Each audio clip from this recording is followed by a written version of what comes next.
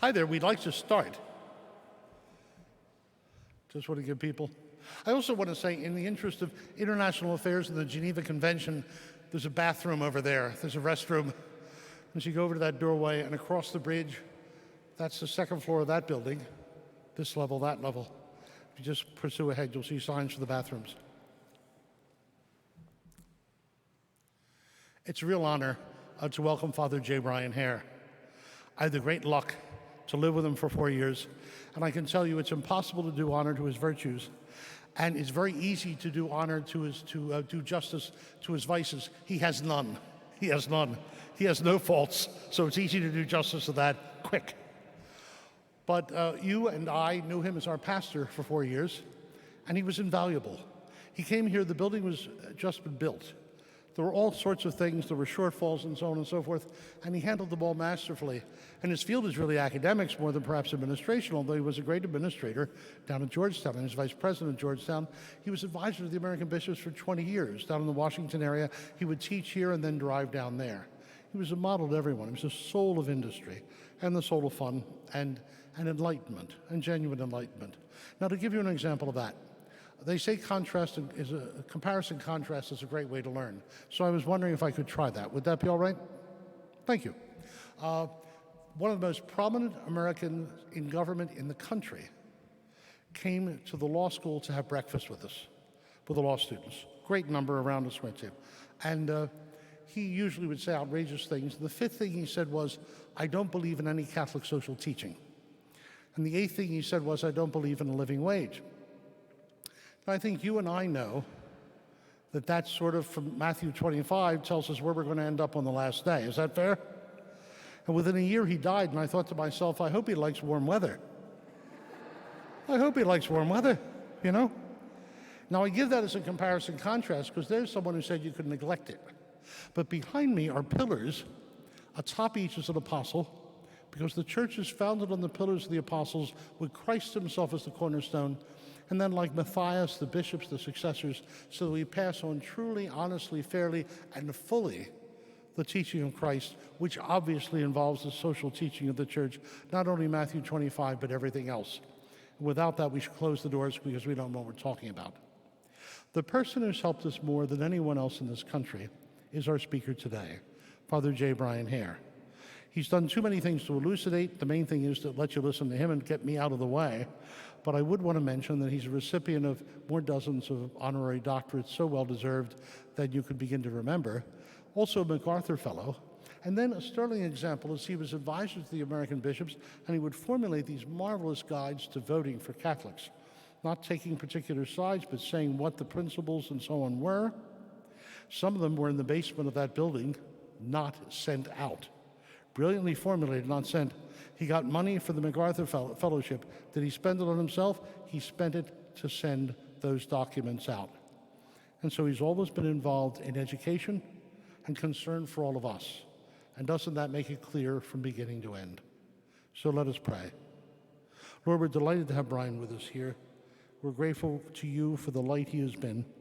You are the light of the world. But as in the windows we have the fathers and doctors of the church and the women doctors in the chapel, we have people who particularly capture and reflect the great goodness and concern and love of the Christian mysteries and of your concern for the poorest and the neediest of us all. Father Hehir has done that so well. We're delighted to have him with us. May God bless him and grant him many years and give light to all of us as well. Amen.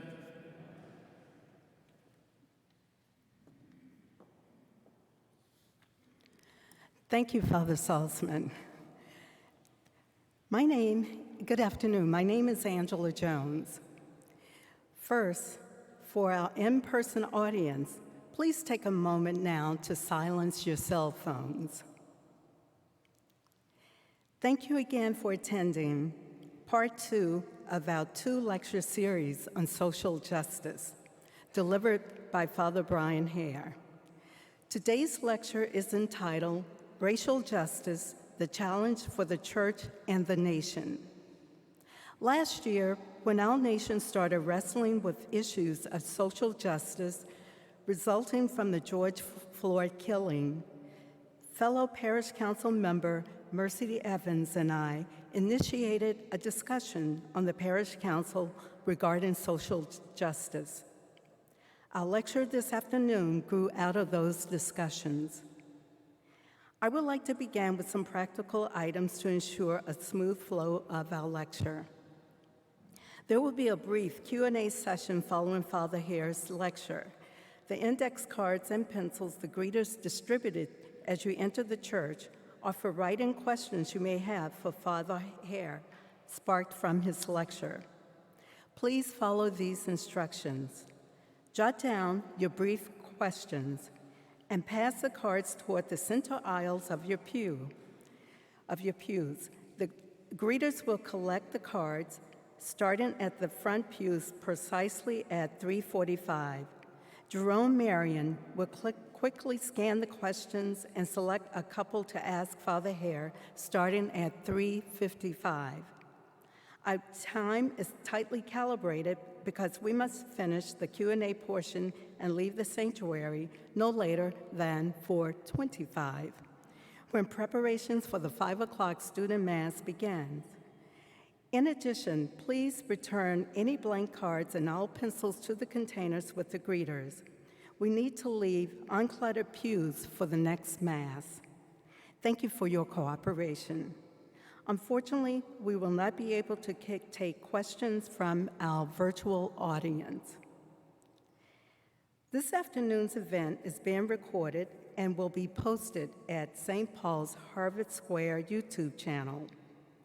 You may also find there a recording of the first lecture entitled The Catholic Social Tradition, Sources, Structures, and Specific Issues. Please share with others who were not able to join so they can access the event beginning in a couple of days through the St. Paul's Harvard Square website or YouTube. While there, please subscribe to our YouTube channel. Last, immediately following the lecture, we will host a reception. Jerome will give further information during the Q&A portion. And finally, stay tuned for future offerings on social justice. You are welcome to participate in present offerings, for instance, the upcoming Advent meal lunches, the food pantry, Caring for the Soul, and more. Please pick up our parish bulletin for further details. Thank you for listening to these practical details. On to our speaker. Father J. Bryan Hehir is a former St. Paul pastor and senior chaplain of the Harvard Catholic Center. He grew up in Chelmsford, Massachusetts. He earned his A.B. and Master of Divinity degrees from St. John's Seminary and his Doctor of Theology degree from Harvard Divinity School.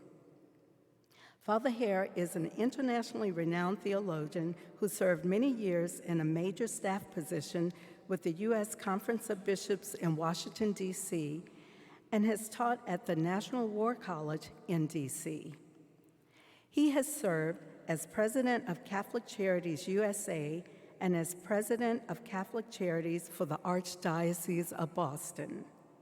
He has taught at Georgetown University and Harvard Divinity School, where he served on the faculty as professor of the practice in religion and society and as interim dean and dean of Harvard Divinity School. Father Hehir was named a MacArthur Fellow in 1984 and received the Laurier Medal from the University of Notre Dame in 2004. Father Hehir is Secretary for Health and Social Services at the Archdiocese of Boston and continues to teach as the Emeritus Professor of the Parker Gilbert Montgomery Professor of the Practice of Religion and Public Life at the Kennedy School of Government at Harvard University. Father Hehir has led an illustrious career and continues to lead in a way that inspires, enriches, and informs. Despite his numerous accomplishments, I believe what holds him so dear to people is that he is accessible, a great listener, confessor, educator, theologian, and friend. After our last lecture, an attendee added, "She loves Father Hehir too for his beautiful kindness and gracious hospitality, as well as for his erudition," for which we can all agree. Father Hehir certainly demonstrates his faith by his works. Please give a warm welcome to my former Harvard Divinity School professor and our magnificent teacher, Father J. Bryan Hehir.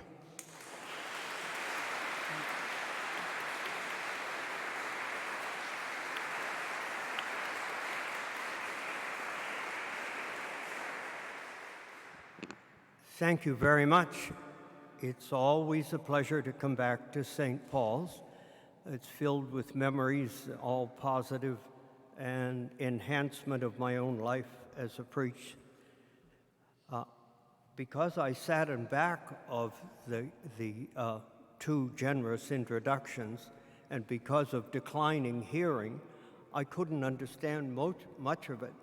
But that leaves me less intimidated than I would have been if I was sitting before you, from what I gather.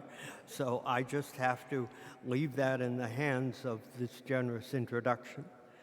But in fact, I want to begin my remarks by, in a sense, indicating the original invitation and how I have tried to deal with it in these two lectures. The invitation from the parish generously offered was that I give two lectures that would highlight Catholic social teaching, but also at some point address questions of racial justice. So I really have two preliminary comments that will sort of balance the generous introductions, because my preliminary comments are about the limits of this lecture and the limits of the lecturer in terms of my own person.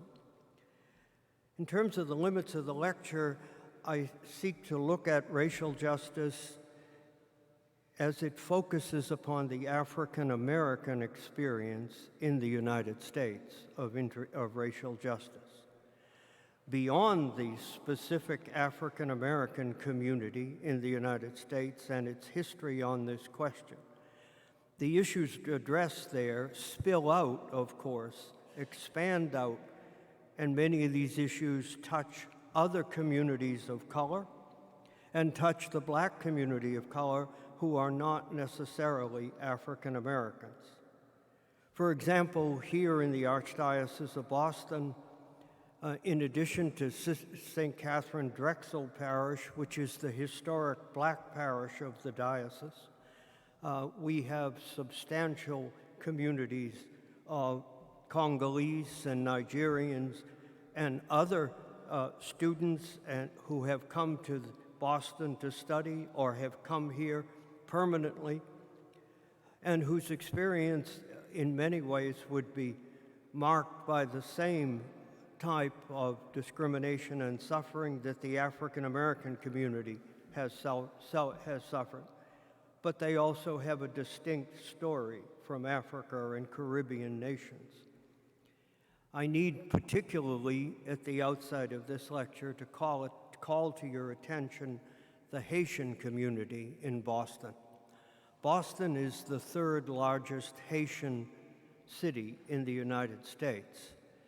And as you know, the country of Haiti has undergone biblical proportions of suffering.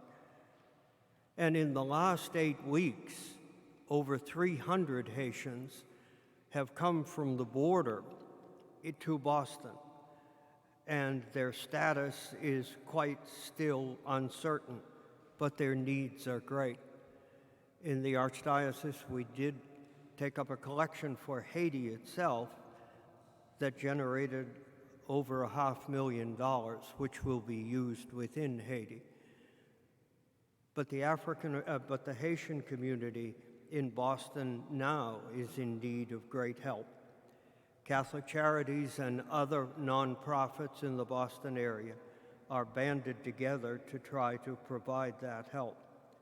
So I simply want to indicate that there'll be a limitation to my focus.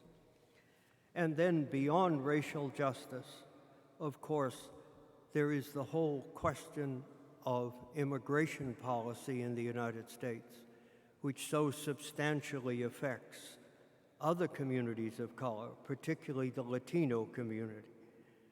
All of this can be addressed in much more depth than I would even attempt, but the resources of Boston and Cambridge give the parish the possibility to do what I will not do or be unable to. And that relates to the limits of the lecture. I accepted this invitation because it came from St. Paul's. It came as a program of the parish, and I couldn't say no. But in terms of racial justice, well, as a priest and an agent of the Church's public policy, I've dealt with this question. I'm not a scholar that has dealt with it or written on it extensively. Having set all of these limits, what I will do is the following. I'd like to open with remarks on racial justice and the nation as it has affected African Americans. Secondly, racial justice and the Roman Catholic Church. And finally, the work of Black Catholic theologians as we find it as a gift to the Church in our time. First, racial justice and the nation. Placing race in historical perspective. In this highly technological age and very technologically dominated society in which we live, we are constantly confronted with new, authentically new moral problems in the life of the country. Sometimes questions that have never been addressed before, nor have people experienced the content of those challenges. The range of these new challenges run on the one hand from bioethics, which brings in the field of genetics, questions of experimentation and end-of-life choices, but it runs across the spectrum to political social ethics, to the question that I've spent most of my life on, and that is military ethics and the coming of the nuclear age and the kind of moral problems that the Catholic bishops describe by saying we are the first generation since Genesis to hold in our hands the capacity to threaten human life as a whole. These kinds of questions, in many ways, are authentically new. This is not the case with race. Race has been a part of the fabric of this nation since its beginning. Until recently, the narrative focused originally on the founding documents and their authors, the Declaration of Independence and the Constitution, and the place that race had or didn't have in both of these. But even today, since the New York Times project in 2019, the 1619 Project, we can really only grasp how deeply the experience of racial injustice lies within the nation by taking it back prior to the founding documents. From the beginning until now, the specific issues have changed, but not the essential moral and legal challenge which enslavement, slavery, and racial injustice has marked the nation for 4 centuries. John F. Kennedy spoke to the issue late in his short presidency and under some pressure to speak. But he did open the address by saying, the question of racial justice in this country is as old as the scriptures and as clear as the Constitution. The narrative of the nation cannot be simply or easily summarized, but I would offer at least synthetic snapshots of what has brought us to this day and this question continuing in the history of the country. The founding documents and their authors, particularly Jefferson and Madison, the history of the country cannot be written without them, yet there is a moral ambiguity surrounding their contributions to this question. Jefferson, sometimes called the poet laureate of the country, with words that rang out, "We hold these truths that all are created equal," but of course he held slaves and used his power to abuse some. Madison wrote the prose of the nation's political system, but blacks counted as 3/5 of a person in Madison's Constitution. From the beginning, there is genius in both of these texts, which should not be forgotten or despised, but the combined narrative of both of the founding documents is morally and legally incomplete, and so it has been unto our own time. The best posture in the face of both of these documents and the ambiguity surrounding is somehow to respect the political and moral genius of the words and to recognize and hold in our memory and in our ongoing work the need to resolve the ambiguity. Professor Daniel Allen of Harvard has perhaps captured some of this in a short article in The Atlantic entitled, "While I Still Love the Constitution That Made My Great-Grandfather 3/5 of a Person." That runs through the whole history from the beginning. From the mid-18th century to the mid-19th century, of course, we come to an absolute culmination of the fact that the nation itself was divided, as it only could be, by war over the issue of race. And the majestic but complex figure of Lincoln, as he worked his way through his own struggles, is still part of our history that can inspire us and help us to recognize that the best among us have trouble with this question and making the right decisions. From the mid-19th to the mid-20th century, of course, the dominant figure of the narrative is Dr. Martin Luther King, a man of the church, schooled in the academy across the river from Harvard. King combined both the church and the academy in confronting the continued moral failure of the nation to honor the full dignity, worth, humanity, and genius of Black Americans.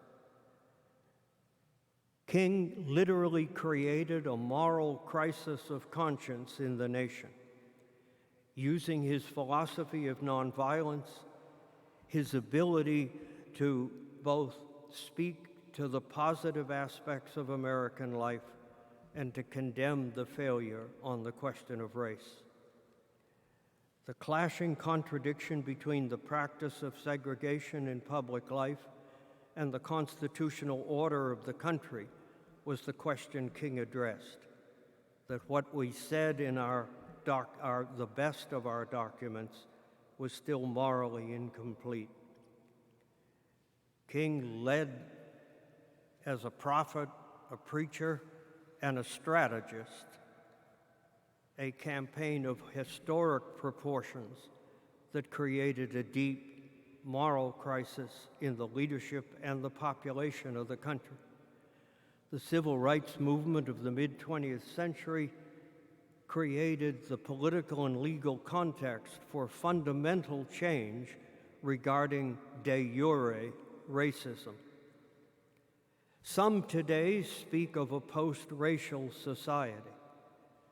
Many, perhaps the majority, of the African American community know better.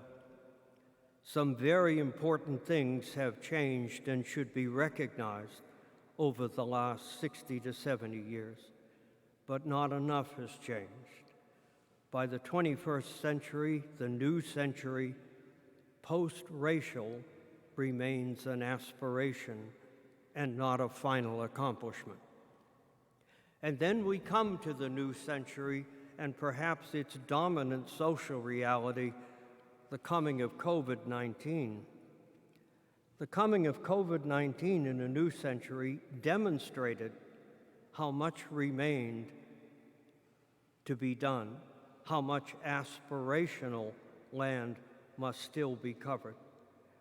Prior to COVID, for those who followed the social statistics of the country, income, employment, housing, healthcare, etc., it was clear that African Americans as a community still suffered from the original sin of slavery and centuries of discrimination. Those who knew the numbers, and uniquely those who suffered and experienced the reality, could document the reality of an unfinished agenda. And that context, while recognized, was not at the forefront of American consciousness. The disparity between the African American community and large sectors of the rest of the country was acknowledged, but not in a compelling, daily, regular fashion, seeking to close the ground between aspiration and reality. And then came COVID, in which all suffered in the country, but not equally. The disparities affecting the African American community and other communities of color, to be sure. The disparities were so substantially on display as COVID-19 spread across the country that they could no longer be ignored. The knowledge of them could no longer be contained to those who kept the statistics and those who suffered. But they might have remained at the edge of things until the killing of George Floyd, who died at the hands of an officer of the law in full view of the nation, audio and video. And the catalytic effect of his death spread across the country.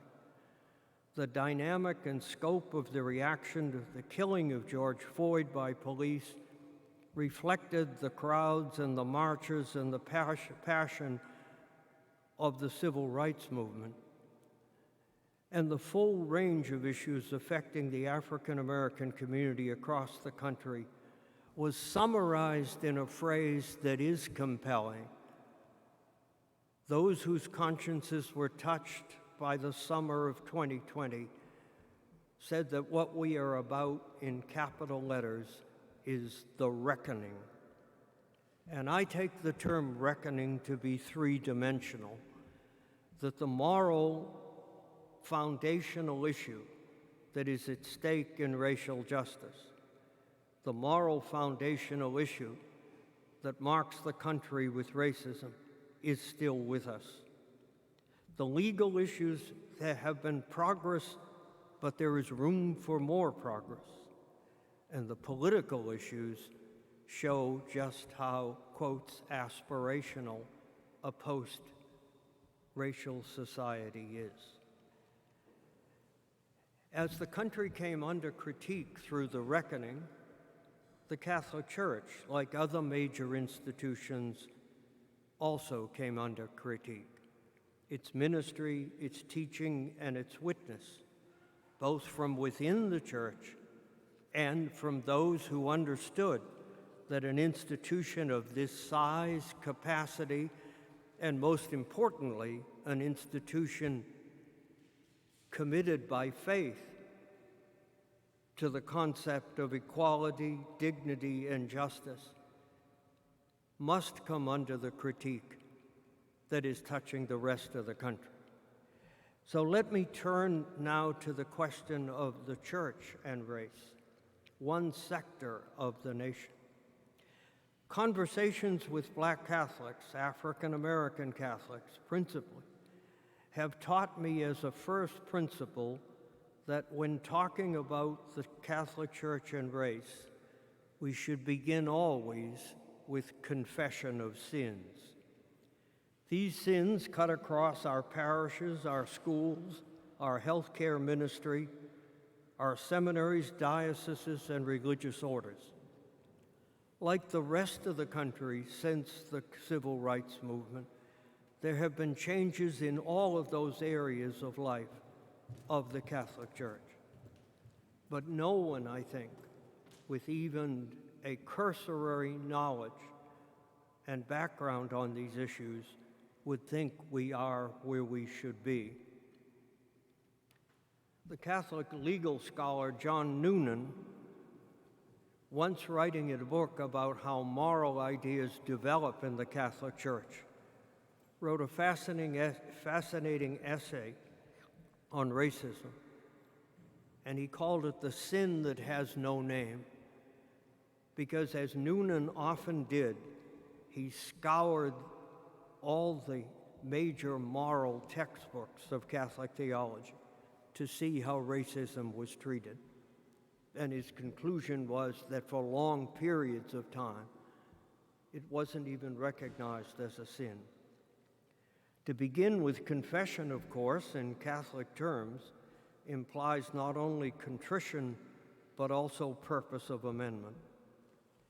Beginning with the view of past and present allows our examination of conscience about what the contribution of the Church could be to the reckoning that is now confronting the country. For the Church, it will always be a reckoning internally as well as externally. So I would like to speak to the potential of the Church in two steps. First, in terms of Catholic social teaching and race. In the first lecture, I tried to summarize a long tradition, its history and major ideas. I'd like to go back to them to ask what they offer us to contribute to this question.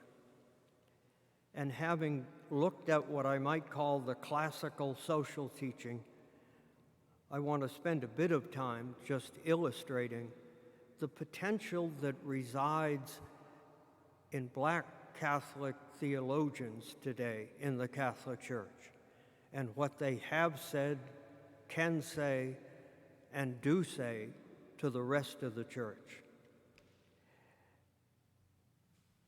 Last week, or 3 weeks ago, I tried to summarize a body of doctrine that runs from the New Testament to the current papacy.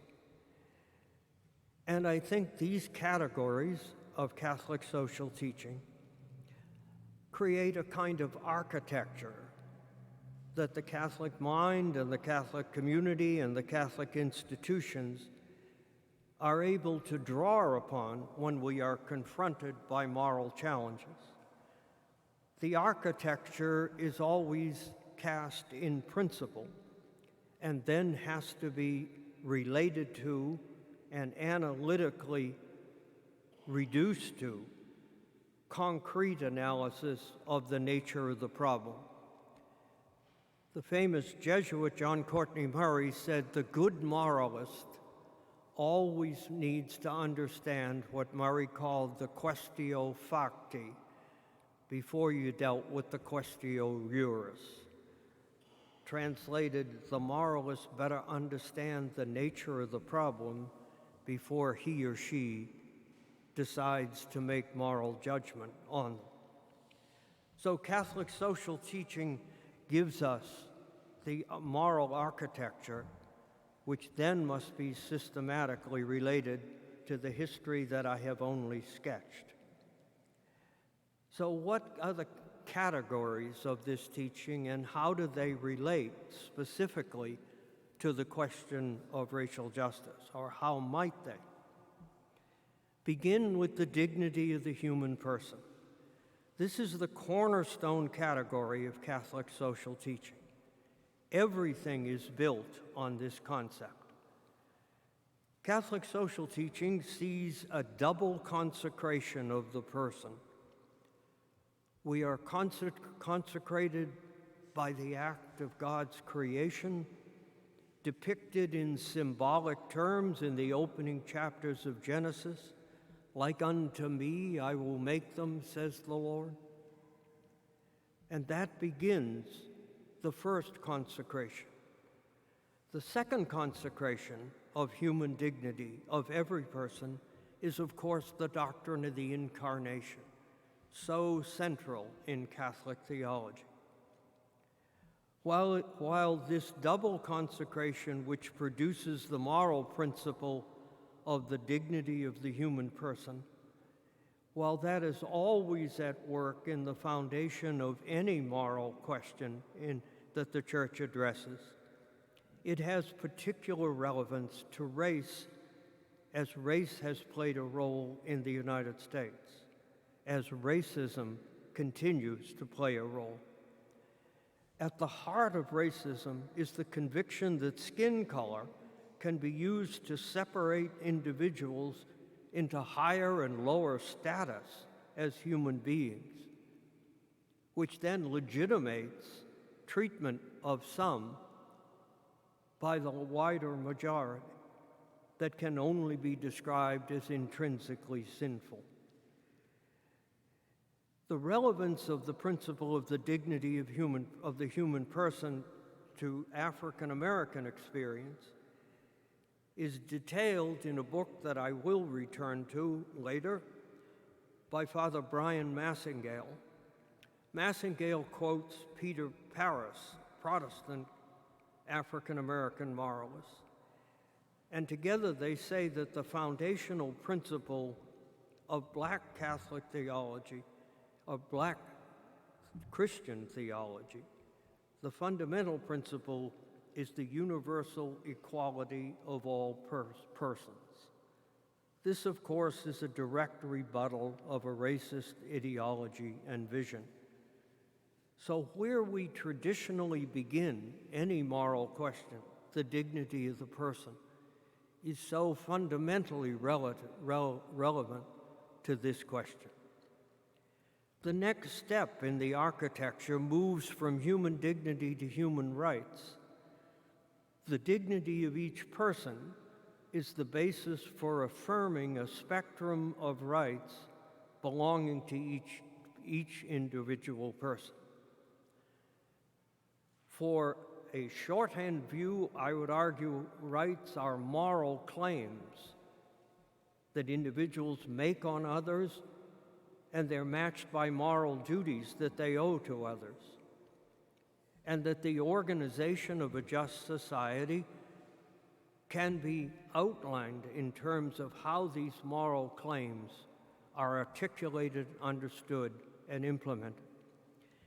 The teaching of Pius XII, John the 23rd, and John Paul II focused on Catholic social teaching being structured in terms of human rights. It had not always played that prominent a role. The rights to which people have claims cut across both political, civil rights and social, economic, and cultural rights. So if we articulated those in the style, for example, of the UN Declaration on Human Rights and the two covenants that flow from the Declaration, we would find ourselves right in the midst of those concrete problems, the quaestio facti, relating to housing, healthcare, education, and the general status of the African American community in the United States. Think of dignity as the cornerstone of Catholic social teaching. Think of rights as the foundation stones, and the architecture of social analysis rises from them. The next step in the process is the social nature of the person. Catholic social teaching honors each person's dignity, but it is not an individualistic ethic. In Catholic thought, philosophy, and theology, we hold we are social by nature, not by choice. The meaning here is that each person needs a series of communities to grow and develop. And the moral quality of those communities is the context in which human development takes place. The teaching usually identifies three communities: the family, what we would today call the nation, and the human community. And this becomes the context that sets the background in which dignity is or isn't judged and respected, and rights are fulfilled or not. From dignity to rights to the social nature of the person leads us to the concept of the common good. The common good follows directly from the social nature of the person. It is the mix of spiritual, temporal conditions that any society must aspire to if it is to set a context for full human development. John the 23rd, in his encyclical Peace on Earth, argued that the common good is best respected and it will prosper when rights and duties are properly articulated and fulfilled. Beyond the next step is the principles of social and distributive justice. These two principles provide the moral measurement of state policy and the justice or fairness of a society. Distributive justice focuses on burdens and benefits of citizens and how they are distributed in actual fact. Social justice analyzes the adequacy of the institutions of society in addressing dignity, rights, and duties, and the fulfillment of the common good. These are ancient ideas, all of whom are traceable back through the centuries. They are supplemented by other ideas, like subsidiarity, which seeks to provide room for initiative as well as an activist state in pursuit of justice. More recently, in Catholic thought, an ancient principle has taken on a new configuration of statement. From the scriptures themselves, the poor are to be respected as those who have special status, insight, and love expressed by God for them. In more recent Catholic theology, we talk about the option for the poor. Its origins lay within the Latin American setting, but it has been incorporated into Catholic teaching at the general level. The way I think of the option for the poor is that the common good is the common good of all. But as we try to achieve the common good of all, we ought to begin with those most in need of protection, assistance, and most in need of giving them space for them to articulate their needs and also to make their contribution to society. So we are interested in the common good of all, but there's a weighted concern for the poor.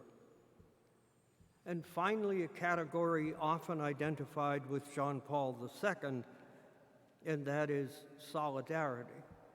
Solidarity, in my mind, is charity expressed in structural terms.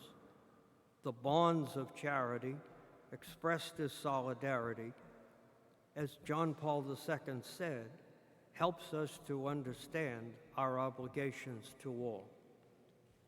If one tried to look at the relationship between the teaching of John Paul II and the teaching of Francis, certainly the question of solidarity, local, national, and global, binds the two together.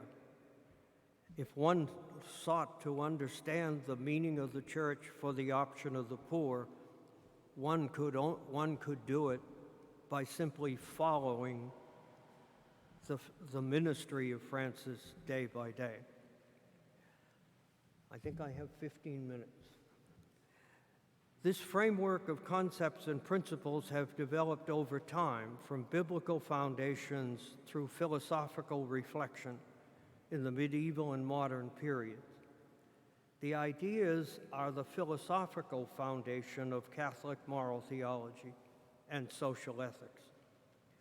Since Vatican II, as I indicated in my first lecture, Catholic social ethics and moral theology have taken on a more biblical emphasis as a complement to the philosophical ideas just outlined. As I approach Black Catholic theology, it is useful to note that theologians in this tradition use the biblical language and vision extensively, both in terms of speaking to the church and to the world. The language of Parchamenteris, for example, is almost entirely philosophical, but nothing that John Paul wrote, nor that Francis writes and says, is devoid of a theological view, a biblical imperative, if you will. And so let me turn to then the contribution of Black Catholic theologians.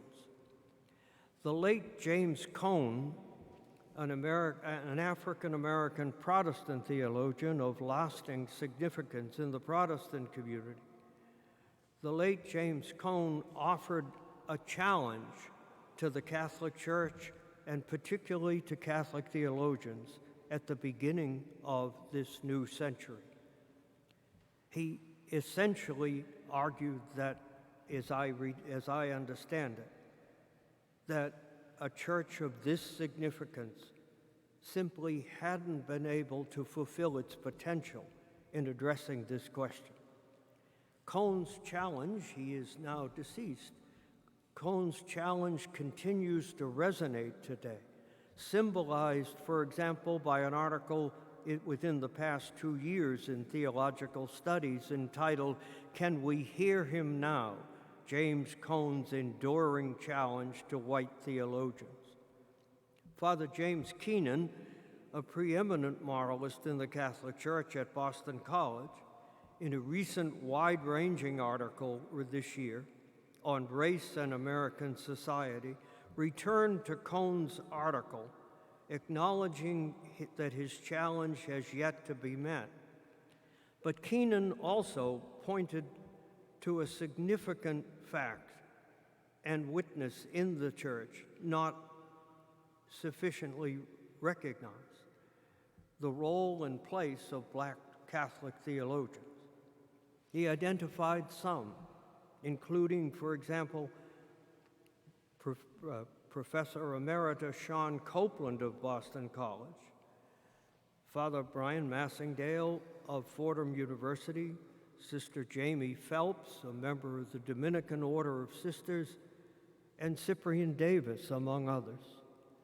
While references to Cone's article still emphasize that his challenge has yet to be fully met, I think the voices of today's Black Catholic theologians and their white colleagues who address them and join with them, that these voices are an abiding fact and provide hope that Catholic theology, liturgy, and ministry can be so woven together with the contributions of Black Catholic theology that our potential to address this abiding question in the nation can be greatly enhanced. Among the leaders of Black Catholic theologians is Father Brian Massengale, a priest of the Diocese of Milwaukee and professor of theology at Fordham University.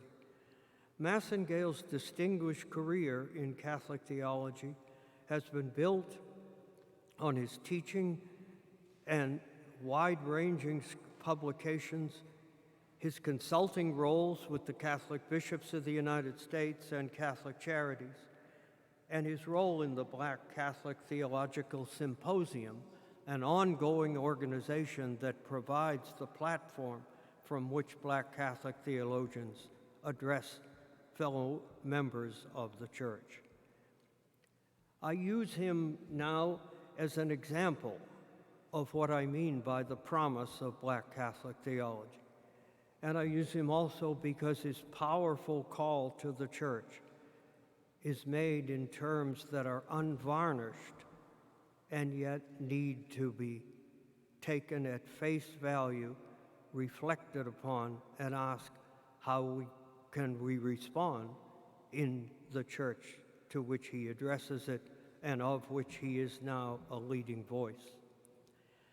What kind of contribution does someone like Massengale make on the church and racial justice, the title of a book that is a good not only introduction but creative assessment of this question?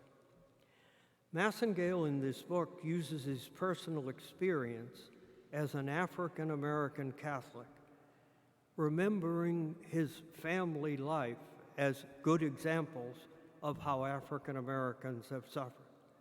He then joins that with his professional skills as a moral theologian and a leading scholar of racism. I have no intention or capability to do a full-scale analysis of Massengale or evaluation fully of his work. I recognize its significance and importance and offer to you a set of ideas that illustrate where Black Catholic theologians come from. He begins with his assessment of racism. Indeed, in his book, says that this chapter is the most important chapter in the book. And his point is to distinguish that racism can be understood and should be understood as a three-dimensional reality. He said there's a common sense view of racism, which really is the idea of personal racism. The image here is an individual holding a position in life which subordinates other people because of the color of their skin. Usually someone convinced of this ideology makes it visible and audible in what he says, does, and how he relates to others. In one sense, it is an issue of personal sin. The answer to it is conversion. Other answers to it is resistance when we find it. But Massengale's point, and much of the discussion in the reckoning of this past year, says that the issue at stake is mistaken if we concentrate on this personal, quote, common sense view of racism. Surely it is to be deplored. Hopefully it can be overcome. But by itself, it doesn't touch the central issues. The central issue is much more directly touched by what is today called systemic racism. And what is meant by that has a pluralism of interpreters. But my reading of it is simply to say that systemic racism is a recognition of the way in which racist premises, assumptions, and ideas have become embedded in American law, politics, customs, and, quotes, the way of doing things. And that these embedded ideas of racial superiority, if you will, produce political outcomes, economic and social outcomes that make up the suffering or make up the struggle of the African American community, even to this day. Now, Massengale makes what I think is a really important point that others also have made, that the discussion of systemic racism, unlike personal racism, can be unconscious and unintended, but can still have powerfully deliberate effects on African Americans and on the quality of our life in our society. So the distinction between the personal and the systemic is the first step that he takes. The second step that he takes is that he pushes beyond this distinction without ever leaving it behind to argue that the deepest level of racism in American society is that it functions as a cultural force in the society. To demonstrate the power of racism as a culture, Massengale draws upon the work of the late Jesuit systematic theologian Bernard Lonergan. Lonergan's definition of culture is the following: culture is simply the set of meanings and values that inform the way of life of a community. Massengale then argues that this culture of racism functions to define persons' identities, their sense of their place in society, and the role they hold, and very importantly, the views of others that they have. And so cultural racism, in his mind, in a sense, is, if I read him correctly, the logical conclusion from systemic racism. The significance of culture is always multidimensional in any society. Massengale argues that the culture of racism, quotes, provides the foundation for social, political, and economic policy, including how resources are allocated in society. Indeed, his argument is that racism at its core, its cultural core, is a defense of racially based white social privilege. That, again, for him, is the way to think about it. Racism and white privilege are two sides of a coin. If you put together the reflection on systemic racism and culture, this can account, I think, in part for the disparities of outcomes between black and white communities over time in American society. This combination produces the racism that results from the very operation of social institutions and systems. So the things we depend upon, in a sense, to help us become a just society are, in his mind, infected by racism as a culture. That does not mean they can't be corrected, but you put systemic racism and racism as a culture together, and it does give one a sense of the mountain we still have to climb, and that the outcomes that became so visible after COVID or during COVID demonstrate how large a task that is. Finally, Massengale moves from diagnosis and analysis and critique to drawing upon other social science literature for how the steps toward racial justice and even racial reconciliation can be enumerated. He uses the work of a social scientist, Eric Emoto, that argues there are 4 steps to racial reconciliation: recognition, responsibility, reconstruction, and reparation. Recognition is simply the acknowledgement that the fundamental premise of racism is wrong, has been wrong, and one has to be he's talking here about a society. A society has to acknowledge the humanity of others and the historical roots of injustice. Once that recognition is made, responsibility and assessment for disparate outcomes can be made. And then there is the question of reconstitution, which he sees as a step of healing at the psychological and social level. And finally, reparation. While reparations have always been a hot-button discussion, his statement seems more general. It is a process of rectifying the material harms caused by racial injustice. So, as we come to at least my conclusion, it is a combination of what classical social teaching and the work of Black Catholic theologians together can help us with as a church. I can't capture the full range of Black Catholic theology today. Massengale is a good example. I can identify his book as an excellent introduction. I think he's careful about how complex the challenge is. He's patient, but not uncritically patient, waiting for change.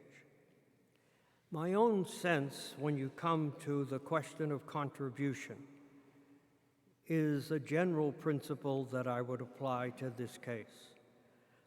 I think religious communities bring to any society three things: ideas and vision, the content in Catholic thought of how faith and reason shape our very fundamental ideas about life and its meaning, about moral rectitude and personal contribution to the wider life of our society.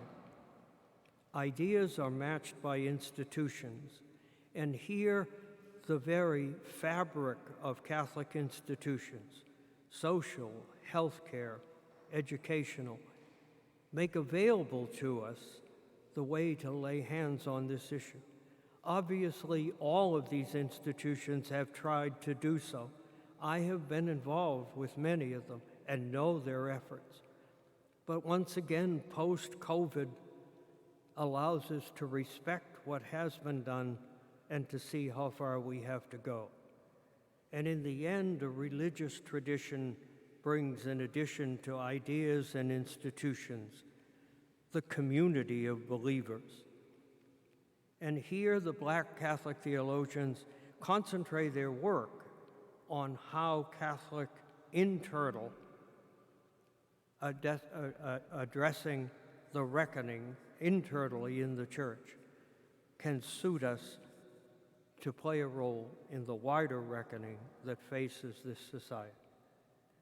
There is much more on every single point that I tried to raise, but it is beyond me, and I test your patience no further. So I thank you for your attention, and I'll be glad to entertain your questions.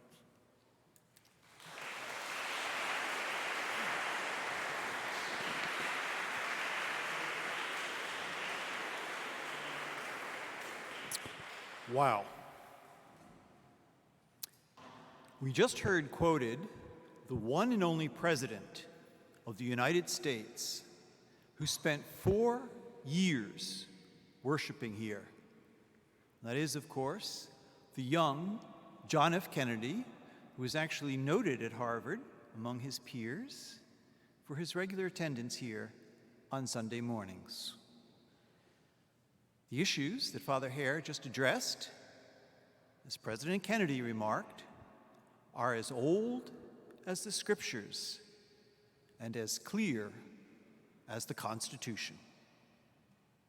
I submit to you that what Father Hehir has just done in his own quiet way is to model for us, as we go forth in 20 minutes, on the one hand, the classic Catholic call to fides et ratio, faith and reason. If you miss either of them, you've missed both of them. And at the same time, Father Hehir has also given us a model of scriptural duty, that still, small voice of conscience. From the Hebrew Bible to the latest pronouncements of Pope Francis. That still small voice of conscience led us to no less than 4 very sharp questions in an expanding circle.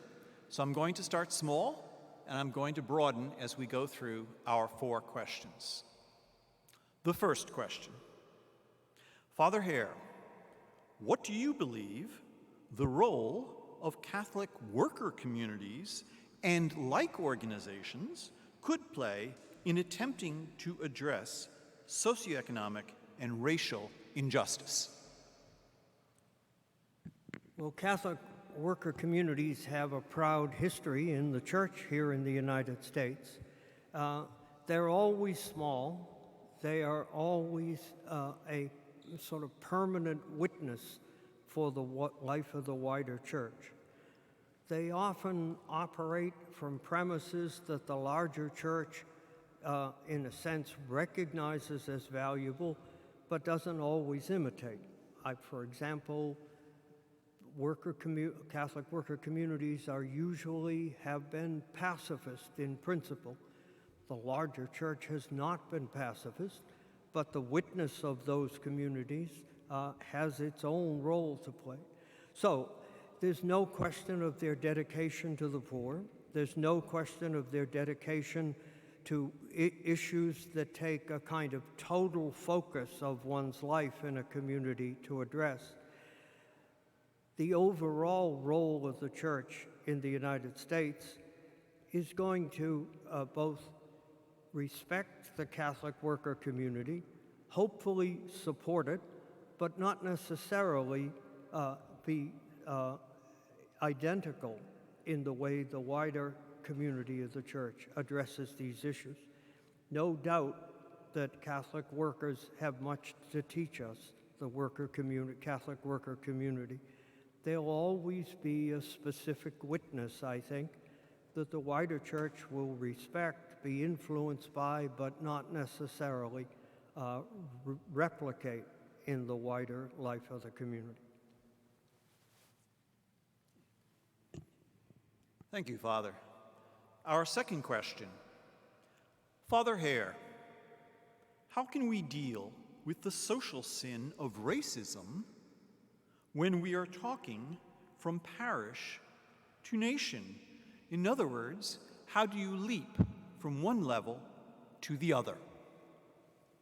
I'm not sure I saw that. I'm not sure I got all of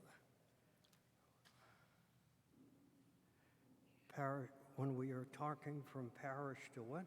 To the nation. Oh, okay. Well, again, there are different ways in which the church contributes to the resolution of major problems. Sometimes it's to provide a witness, and the Catholic worker community is a perfect example of that. But other times, the Catholic approach has been institutional and structural. That is to say, we attempt to deal with, cooperate with, and criticize the major institutional and structural aspects of a society. Bryan Massengale argues that once you get his 3 definitions of racism, it only can be addressed in structural and systemic terms. And I agree with him on that. And as I say, I think we bring to bear both ideas, institutions, and a community in dealing with that. So my sense is that a recognition of the language of racism, I think, is very important. The debate about systemic racism has become powerfully emotional in the wider society. And I think there are some that are trying to use it to undercut attempt at racial reconciliation, not those who use the term. I think the term systemic racism is appropriate. It is things that are baked into wider institutions. But I think now the term itself is attacked, and I think that's unfortunate because I think the term provides insight. And then Massengale's notion that the cultural aspect, in a sense, as a complement to it, that's another step forward that will have to be talked about to be integrated into our approach. So my own sense is that we have resources, we need to develop them in a fuller way to deal with a question that only the nation as a whole can deal with. Our third question, and again, the third widest in scope. What should the Catholic Church's view on reparations for the descendants of African American slaves actually be? My sense is that the answer to that question will be pluralist. Let me give you 2 different examples. Georgetown University has undertaken a quite systematic approach to try to deal with the legacy that the university was part of and the Jesuits were part of. They owned slaves, they sold slaves, and slaves were part of the university. President DeGioia has really been quite remarkable in leading the university to try to address that one dimension of what racism has meant in Catholic terms in the society. I say the approach to reparation will be pluralistic because other institutions in the church, other communities in the church, will have different problems for which they bear responsibility. So I don't think there's going to be one approach. Cardinal O'Malley himself wrote an interesting letter arguing that there ought to be money set aside publicly for descendants of families touched by slavery, and that it ought to be for the purpose of education, because for so long the African American community did not have that opportunity. So he doesn't use the term reparation. He talks about ways of, in a sense, making up for what was lost in the past. I don't think there'll be one single view of reparation. I think the concept in some form is inevitably part of any long-term resolution, but the implementation of it, I think, will have to be pluralist, and it probably can be done better in non-public institutions like a church than it is to get such a notion through public policy. But in the end, reparations, as we've seen in places like South Africa, reparations have to be part of the equation to deal with past sin of racism. Our fourth and final question is indeed the widest in scope, because it steps right beyond the bounds of the church. Do you think, Father Hehir, that it would be fruitful or even possible for the Roman Catholic Church to actively align with African American Protestant churches that use the same language but with a different history and a different pedigree, so as to accomplish the common goal of the common good and racial equity for all? Well, I think actually the racial crisis of the 1960s, the whole civil rights movement, was a major engine pushing ecumenism ahead. Rather than the points of doctrine, which are rooted in the past and have to be articulated carefully, the challenge of racism brought the Christian churches and the Jewish community together in many ways. Now, if you look at, I've always been impressed by what is discussed as the Black Church, and Professor Gates has, within the past year, produced a book on its importance. I have not read the book yet, but there's been no question that the Black Church has been life and death in the Black community, has preserved people in life when they were threatened by death. And so there's a history there and an approach to questions that is different sometimes in style. The Christian vision is broad enough to provide broad common ground, even if the categories I outlined in the social teaching aren't necessarily used in the Black Protestant community. Their dedication to the scriptures, their dedication to sustaining a community under assault over these centuries is to be respected by all. We have a lot to learn from them. There are different cultural differences, there are different theological styles, there are different kinds of engagement with the public. I was always struck in Washington, D.C., during an election year, whether it was local election, national or local, the Black churches just brought candidates in and they discussed their positions from the pulpit. I think something as institutional as the Catholic Church, if we did that, we'd be in tax problems in no time. But it's just accepted in the wider community that that's the way the black community deals with it. And certainly in Washington locally, and I think nationally, that simply have been accommodated.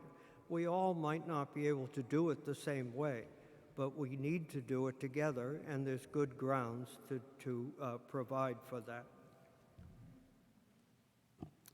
In just a moment, so we finish right on time, we'll be headed out either through the main doors, then turning that way, going down the stairs to Di Giovanni Hall, or you can go out this way and over the little bridge, the flyway, down in the elevator if that's better for you, and again, we'll meet in Di Giovanni Hall for the reception. Now, that said, our quick 60-second conclusion, when in the 2nd century of our era, we changed, because when God speaks to us, he always speaks to us in our own language, we changed from the Koine Greek to the Latin that everyone spoke in the Roman Empire. The dismissal at the end of Mass was very succinct. Ite, missa est. Go forth, the Mass is ended. In the Novus Ordo, the new order of the Roman Catholic Mass since the great Second Vatican Council, we say, go forth, the Mass is ended. And very often, we also hear, go forth to love and serve the Lord and one another. And I think we have just had a model example of what it means to go forth and love and serve one another. Thank you, Father Hehir.